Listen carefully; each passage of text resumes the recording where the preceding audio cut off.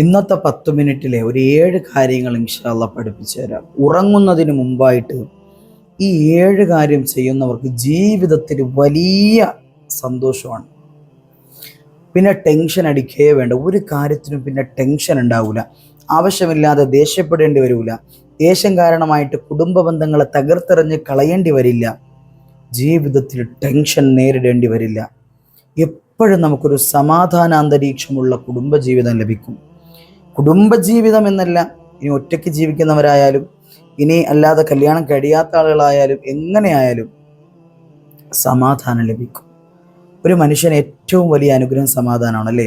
അപ്പോൾ ആ സമാധാനം നമുക്ക് ലഭിക്കണമെങ്കിൽ ഈ വീഡിയോയിൽ പറയാൻ പോകുന്ന 7 കാര്യങ്ങൾ ഉറങ്ങുന്നതിന് മുമ്പായിട്ട് വളരെ കൃത്യമായിട്ട് എല്ലാ ദിവസവും നിങ്ങൾ ചെയ്താൽ ടെൻഷൻ ഇല്ലാത്ത ഒരു ദുനിയാവിൻ്റെ ജീവിതം നമുക്ക് ലഭിക്കും.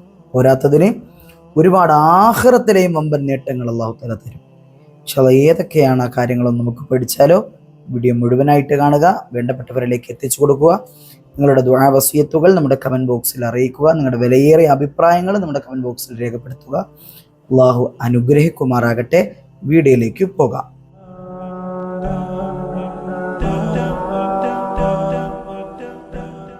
അസ്സലാമു അലൈക്കും വറഹ്മത്തുള്ളാഹി വബറകാതുഹു. ബിസ്മില്ലാഹിർ റഹ്മാനിർ റഹീം. അൽഹംദുലില്ലാഹി റബ്ബിൽ ആലമീൻ. പ്രിയപ്പെട്ട മുഅ്മിനീങ്ങളെ, മുഅ്മിനാത്തുകളെ, എല്ലാവർക്കും സുഖമാണ് എന്ന് വിശ്വസിക്കുന്നു. അതിനായി എപ്പോഴും റബ്ബിനോട് ദുആ ചെയ്യുന്നു. എല്ലാവരും മനസ്സറിഞ്ഞുകൊണ്ട് അള്ളാഹു തന്ന നിഅമത്തുകളും അനുഗ്രഹങ്ങളും ഒക്കെ മനസ്സിൽ കണ്ടുകൊണ്ട് അൽഹംദുലില്ലാഹി റബ്ബിൽ ആലമീൻ എന്ന് ഒരു വട്ടം ഒന്ന് പറയാ. അള്ളാഹു തആല ഈ അൽഹംദുലില്ലയുടെ ബറക്കത്ത് കൊണ്ട് നമ്മുടെ ജീവിതത്തിൽ എന്നെന്നും സന്തോഷം നൽകി അനുഗ്രഹിക്കുമാറാകട്ടെ. പ്രിയപ്പെട്ടവരെ, നമ്മുടെ ജീവിതത്തിലെ ഏറ്റവും വലിയൊരു പരീക്ഷണമാണ് ടെൻഷൻ എന്ന് പറയും. ചില ആളുകൾ ഉറക്കമില്ല ഉസ്താദെ, ഉറക്കമില്ല ഉസ്താദെ, ടെൻഷനാണ്, ഒരു സമാധാനമില്ല ജീവിതത്തിൽ. എന്താണെന്നറിയില്ല, പ്രത്യേകിച്ച് കാരണങ്ങളൊന്നും ഞാൻ കാണുന്നില്ല, പക്ഷേ ജീവിതത്തിലൊരു സമാധാനമില്ല. എന്താണ് കാര്യമെന്ന് അറിയാൻ കഴിയുന്നില്ല. ഈ സമാധാനം ഇല്ലാത്ത ജീവിതം ഉണ്ടാകാനുള്ള മർമ്മപ്രധാനമായൊരു കാരണം ആ മനുഷ്യൻ്റെ ഉറക്ക രീതിയാണ്. ഉറങ്ങാനുള്ള ആ മനുഷ്യൻ്റെ തയ്യാറെടുപ്പുമായി ബന്ധപ്പെട്ടിട്ടുള്ള കാര്യങ്ങൾ ആ മനുഷ്യൻ്റെ സമാധാനത്തെ തകർത്തെറിഞ്ഞു കളയുമെന്ന് മഹത്തുക്കളായ പണ്ഡിതന്മാർ പഠിപ്പിച്ചു തരുന്നുണ്ട്. അപ്പോൾ ഉറക്കവുമായി ബന്ധപ്പെട്ടിട്ടാണ് ഇന്നത്തെ നമ്മുടെ ക്ലാസ്.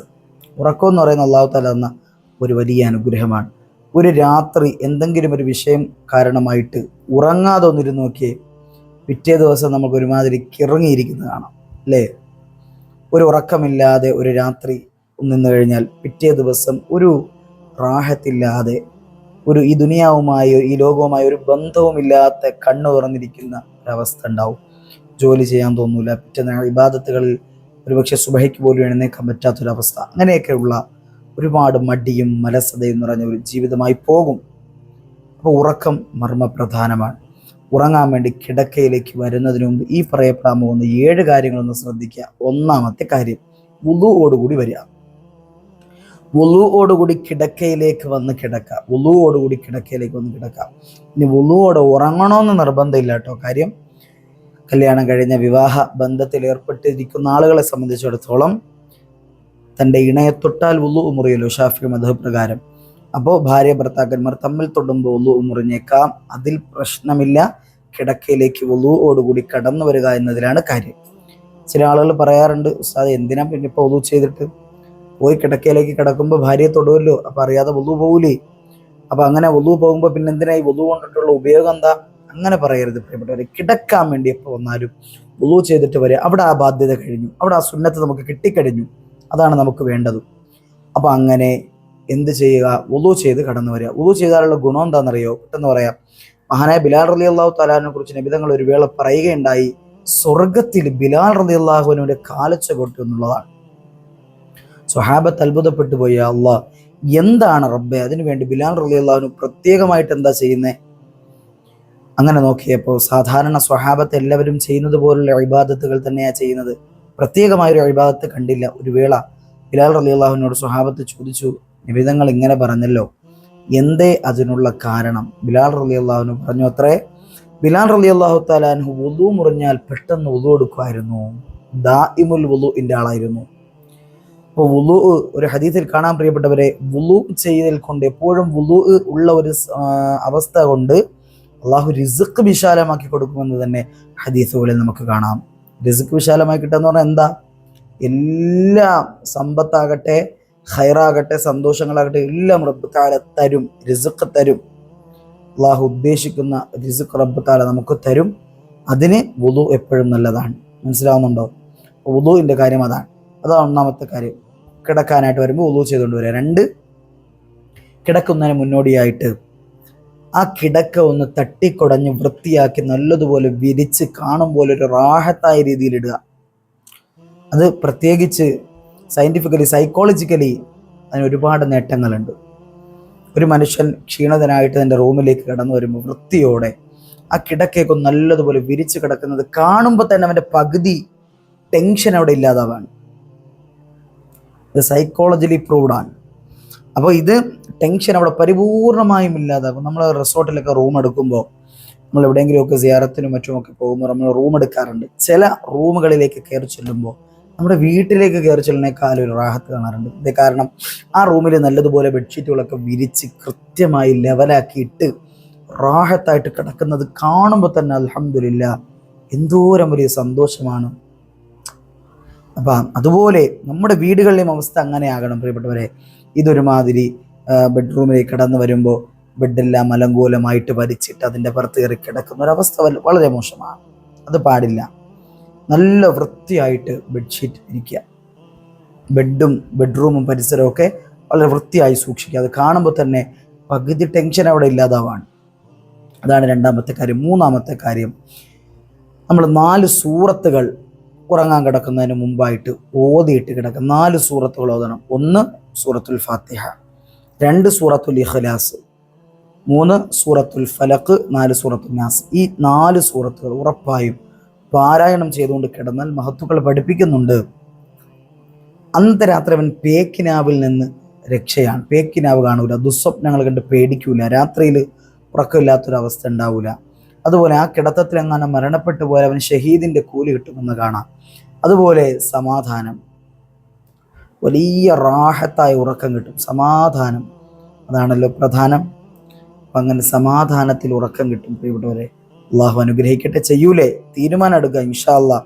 അത് ഇന്ന് മുതൽ, ഞാൻ ഇന്നലെ വരെ ഓതിയിരുന്നില്ല, പക്ഷെ ഇന്ന് മുതൽ അത് പറഞ്ഞത് കേട്ടിട്ട് ഓതാൻ പോവാൻ. രാത്രി ഇനി എപ്പോൾ എങ്ങനെ കിടന്നാലും വുളുവോടുകൂടി വന്ന് കിടക്കയൊക്കെ തട്ടിക്കുടഞ്ഞിട്ട് ഈ പറയപ്പെട്ട 4 സൂറത്തുകളൊക്കെ ഓതിയേ ഞാൻ കിടക്കുള്ളൂ. തീരുമാനം എടുക്കുക. അള്ളാഹു ഭാഗ്യം തരട്ടെ. 4ാമത്തെ കാര്യം, ആയത്തുൽ കുർസിയോടൊന്ന് പാരായണം ചെയ്യണം കേട്ടോ. ആയത്തുൽ കുർസി വലിയ റാഹത്താണ്. അതും ഇതുപോലെയാണ്, ദുസ്വപ്നങ്ങൾ കാണില്ല, വലിയ നേട്ടങ്ങൾ അതുകൊണ്ട് കിട്ടും. മനസ്സിലാവുന്നുണ്ടോ? 3 ആയത്തുൽ കുർസി ഓതുന്ന സമയത്ത് അള്ളാഹു, ആദ്യത്തെ 1 ആയത്തുൽ കുർസി ഓതുന്ന സമയത്ത് അള്ളാഹു 1 മലക്കിനെ അവന് വേണ്ടി നിയോഗിക്കുമെന്നാണ്. 2ാമത്തെ ആയത്തുൽ കുർസി ഓതുന്ന സമയത്തോ 2ാമത്തെ 1 മലക്കിനെ അള്ളാഹു നിയോഗിക്കും. 3 ആയത്തുൽ കുർസി ഒരു മനുഷ്യൻ ഓതി കഴിഞ്ഞാൽ അള്ളാഹു തആല തന്നെ നേരിട്ട് അവൻ്റെ കാര്യങ്ങൾ നോക്കി നിൽക്കും. അള്ളാഹു അവൻ്റെ കാര്യങ്ങൾ ഏറ്റെടുക്കുമെന്നാണ്. അള്ളാഹുവിന് കാവലായിട്ട് നിൽക്കും. പ്രിയപ്പെട്ടവരെ, ആയത്തുൽ കുർസി 3 ആയത്തുൽ കുർസി പാരായണം ചെയ്തിട്ട് കിടക്കുക, വലിയ നേട്ടമാണ്. 5ാമത്തെ കാര്യം, തസ്ബീഹു സഹ്റ. ഏതാണ് തസ്ബീഹ്? തസ്ബീഹു സഹ്റ പാരായണം ചെയ്യുക. തസ്ബീഹ് സഹ്റ ഏതാണ് നമുക്കറിയാം. സുബ്ഹാനല്ലാഹ്, അൽഹംദുലില്ലാഹ്, അല്ലാഹു അക്ബർ, ഇങ്ങനെ അടങ്ങുന്ന പുണ്യമാക്കപ്പെട്ട തസ്ബീഹ്. സുബ്ഹാനല്ലാഹ് 33, അൽഹംദുലില്ലാഹ് 33, അല്ലാഹു അക്ബർ 34 ചൊല്ലുക. ഇത് ഫാത്തിമ ബീബി റളിയല്ലാഹു തആല അൻഹയുടെ സ്ഥിരമായിട്ട് ചൊല്ലുന്ന തസ്ബീഹ് ആയതുകൊണ്ടും മുത്തുനബി തങ്ങൾ പ്രത്യേകമായി പഠിപ്പിച്ചു കൊടുത്ത തസ്ബീഹ് ആയതുകൊണ്ടുമാണ് ഇതിനെ തസ്ബീഹു സഹ്റ എന്ന് പേര് വയ്ക്കപ്പെടാനുള്ള കാരണം. അപ്പം ഇത് 33, 34 പ്രാവശ്യം ചൊല്ലിയിട്ട് കിടക്കുക.